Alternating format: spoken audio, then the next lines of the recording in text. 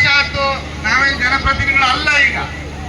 ಆದ್ರೂ ಕೂಡ ನೀವು ಇಷ್ಟು ಪ್ರೀತಿ ಮತ್ತು ವಿಶ್ವಾಸವನ್ನು ಇಟ್ಟು ಪ್ರತಿಯೊಂದು ಕಾರ್ಯಕ್ರಮಕ್ಕೂ ಕೂಡ ನಮ್ಮೂರಿನ ಒಬ್ಬ ಮಗನ ರೀತಿಯಲ್ಲಿ ನೀವೆಲ್ಲರೂ ಕೂಡ ಕರೀತಾ ಇದ್ದೀರಿ. ಈ ಒಂದು ಪ್ರೀತಿ ವಿಶ್ವಾಸಕ್ಕೆ ನಾನು ಯಾವತ್ತೂ ಕೂಡ ಚಿರಋಣಿಯಾಗಿರ್ತೇನೆ ಅಂತಕ್ಕಂಥ ಈ ಮಾತನ್ನು ಈ ಸಂದರ್ಭದಲ್ಲಿ ಹೇಳಕ್ ಬಯಸ್ತೇನೆ.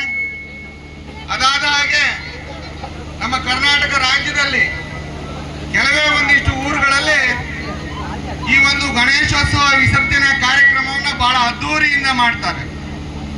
ಆ ಅದ್ದೂರಿಯಲ್ಲಿ ಮಾಡ್ತಕ್ಕಂತಹ ಕಾರ್ಯಕ್ರಮಗಳಲ್ಲಿ ಒಂದು ಪುಟ್ಟ ಗ್ರಾಮದಲ್ಲಿ ಯಾವ ಒಂದು ತಾಲೂಕು ಹಾಗೂ ಒಂದು ಹೋಬಳಿ ಮಟ್ಟದ ಹಳ್ಳಿಯಲ್ಲೂ ಕೂಡ ಮಾಡದೇ ಇರತಕ್ಕಂಥ ವಿಜೃಂಭಣೆಯಲ್ಲಿ ಮಾಡ್ತಕ್ಕಂಥ ಯಾವುದಾದ್ರೂ ಒಂದು ಊರಿದ್ರೆ ಅದು ತಮಿಳಿಗಪ್ಪ ಅಂತಕ್ಕಂಥದ್ದನ್ನ ಅತ್ಯಂತ ಹೆಮ್ಮೆಯಿಂದ ಹೇಳಲಿಕ್ಕೆ ಬಯಸ್ತೇನೆ.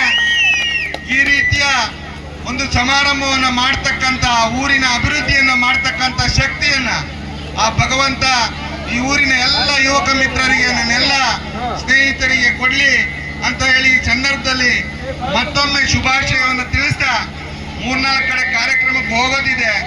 ಬರಲಿಲ್ಲ ಅಂದ್ರೆ ನೆಕ್ಸ್ಟ್ ಮತ್ತೆ ನನಗೆ ಯಾರು ನಮ್ಮ ಸ್ನೇಹಿತರು ಬಿಡಲ್ಲ. ಬರಲಿಲ್ಲ ಅಂದ್ರೆ ಮುಖ ತೋರ್ಸೋದು ಕಷ್ಟ. ಆ ರೀತಿಯಲ್ಲಿ ಪ್ರೀತಿ ವಿಶ್ವಾಸ ಬಾಂಧವ್ಯವನ್ನು ಹೊಂದಿರತಕ್ಕಂಥ ಊರು. ಈ ಊರಿಗೆ ನಾನು ತಪ್ಪಿಸ್ಕೊಳ್ಳಂಗಿಲ್ಲ ಅಂತೇಳಿ ಇವತ್ತು ನಿಮ್ಮೆಲ್ಲರ ಮಧ್ಯೆ ಈ ಕಾರ್ಯಕ್ರಮದಲ್ಲಿ ಭಾಗವಹಿಸಲಿಕ್ಕೆ ಅವಕಾಶ ಮಾಡಿಕೊಟ್ಟಂತಹ ನನ್ನ ಎಲ್ಲ ಸ್ನೇಹಿತರಿಗೆ ಮತ್ತೊಮ್ಮೆ ಹೃದಯಪೂರ್ವಕವಾದ ಧನ್ಯವಾದಗಳನ್ನು ತಿಳಿಸ್ತೇನೆ. ಧನ್ಯವಾದಗಳು, ಶುಭಾಶಯಗಳು. ಮುಂದಿನ ವರ್ಷ ಇದಕ್ಕೂ ಹೆಚ್ಚಿನ ರೀತಿಯಲ್ಲಿ ಕಾರ್ಯಕ್ರಮ ನಡೆಸ್ತಕ್ಕಂಥ ಶಕ್ತಿ ಆ ದೇವರು ಕೊಡ್ಲಿ ಅಂತ ಹೇಳಿ ಪ್ರಾರ್ಥನೆಯನ್ನ ಮಾಡ್ತಾ ನನ್ನ ಮಾತನ್ನ ಮುಗಿಸ್ತೇನೆ.